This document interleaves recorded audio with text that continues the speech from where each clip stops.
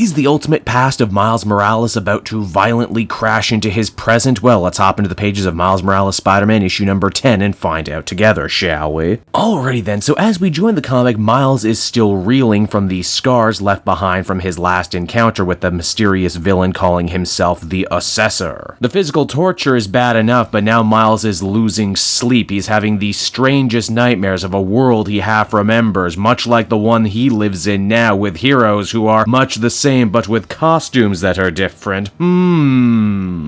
Yes, everyone, we're officially 100% through the looking glass now. Miles Morales is starting to remember his other life in the now dead Ultimate Universe. But all of that existential crisis is going to have to be put on the back burner for a little bit because today is a very important day. It's Miles' birthday. He's turning 15 or 16 or something. You know what, it's probably better we don't know the ages of characters in comics anymore. To honor the occasion, as well as Miles' own dual heritage, he and his father are off to the bakery to pick up a tres leche cake, which, you know, is like the Rolls Royce of milk cakes. Or, you know, so I'm told. I've never actually had it, but seriously, anything that takes 3 different types of milk to make must be good. It's on the way back that Jefferson, Miles' dad, decides to have a heart-to-heart with his kid and answer a question that maybe a lot of fans had in the beginning but no one has actually asked in a while, and that is, why does Miles not have his dad's last name? Well, the answer may surprise you, and that is that Jefferson and Uncle Aaron's dad, Grandpa Davis, was actually something of a pretty bad guy. He knew that his 2 sons were being delinquents, committing petty crimes, and moving their way up to bigger, nastier crimes, and you know what his only complaint was? That they didn't steal him anything of real value. Ouch. It's for all those reasons Jefferson didn't want to saddle his son with a crappy last name that had already been run into the ground. Instead of being another in a long line of Davises, he wanted Miles to be the first Miles Morales. I love this scene here for a number of reasons because it feels real and emotionally impactful, but moreover than that, the framing of this is very similar to a conversation that Miles and his dad had back in the first Ultimate Spider-Man. Now, Miles' birthday is going to be pretty low-key this year, just his parents, best friend Gank, and maybe Uncle Aaron if he can show up, although chances aren't good. He's still in hock right now to the black market and is probably going to have to go back to thieving just to pay them off. That's not to say Miles doesn't get a drop in anyway. Peter Parker comes to say hello, and honestly, this warms my heart to see the 2 Spider-Men together. Peter doesn't come to this book nearly enough. Of course, this isn't 100% a social call. Pete does say happy birthday and even gives him the last card the bodega had, but this is also a work call too. Since Miles has been healing, he also hasn't been out as Spider-Man in Brooklyn much.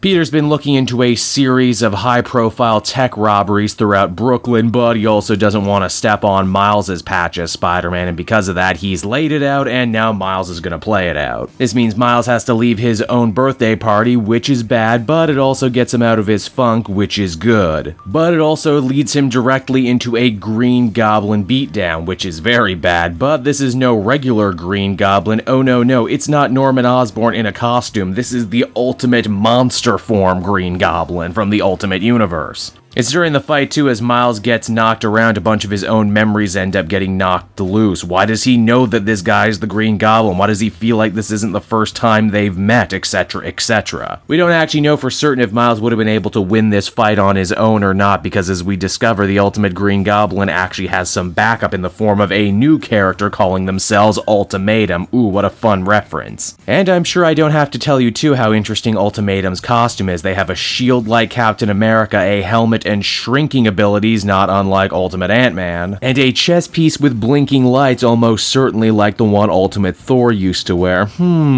Interesting. The 2 villains end up making a tactical retreat, leaving Miles with way more questions than answered. He would be depressed, but as we discover, his friends and family actually waited up for him to get home so they could finish his birthday. And our hero better savor these good times for as long as he can, because the truth of who Ultimatum is going to shatter his whole world. You see, Ultimatum goes to visit the Kingpin. Wilson greets this mystery man like an old friend because, well, as we discover, he absolutely is. Ultimatum turns out to be the Miles Morales of the 616 universe. The very same one who had left the 616 universe at the end of Spider-Man 2 in an attempt to find a world where the woman he loved was still alive. Turns out that stupid idea didn't work out. Shocker. And it's on that note right there the comic comes to a close, everybody. And so that was Miles Morales Spider-Man Spider-Man issue number 10, and if you couldn't tell, I really enjoyed this issue. In fact, Saladin Ahmed gives me stuff I've been asking for pretty much since forever. It's about time a writer, and indeed Marvel as a whole, stopped treating Miles' origin in the Ultimate Universe as baggage and treat it as it actually is, something that makes him really interesting. Why, Saladin Ahmed even goes out of his way to rescue some ideas and concepts from the end of Brian Michael Bendis' run and put an actual, good spin on them. Like, hey, after all the buildup we had for 616 Miles, wouldn't it be nice if he actually did something that mattered and wasn't, horribly disappointing? And the fact that Ahmed can be so faithful to all the continuity that came before while also trying to strive new directions for Miles shows perfectly why he was the man to take over this title. I would give this one a 9. This was great. Hey there everyone, it's your old pal Cave Jewel, and if you're seeing me right now, that means you watched to the end of the video, which I am very appreciative of. It really helps drive engagement and retention and all that other good YouTube stuff. So does liking and commenting. Wink wink. If you like my content too, you should check out my Patreon page. We just redid all the tiers, so there's a ton of great rewards. You can become a patron for as little as $1 a month, and well, it would just really help me out. It's never expected, but always appreciated. So until next time everyone, I've been Cape Joel, and I will see you next time. Bye-bye.